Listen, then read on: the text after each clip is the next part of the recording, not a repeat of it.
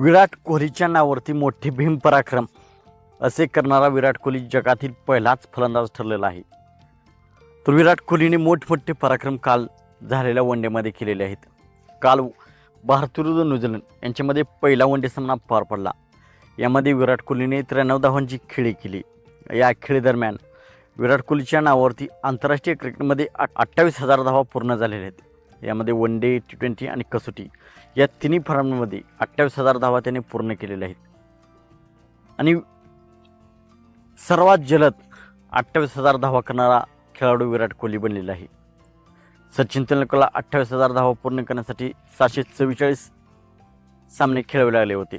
तर कुमार संगकाराला 766 सामने 28,000 धावा पूर्ण करण्यासाठी लागले होते. तर विराट कोहलीने 724 सामन्यामध्ये 28,000 धावा पूर्ण केलेल्या आहेत.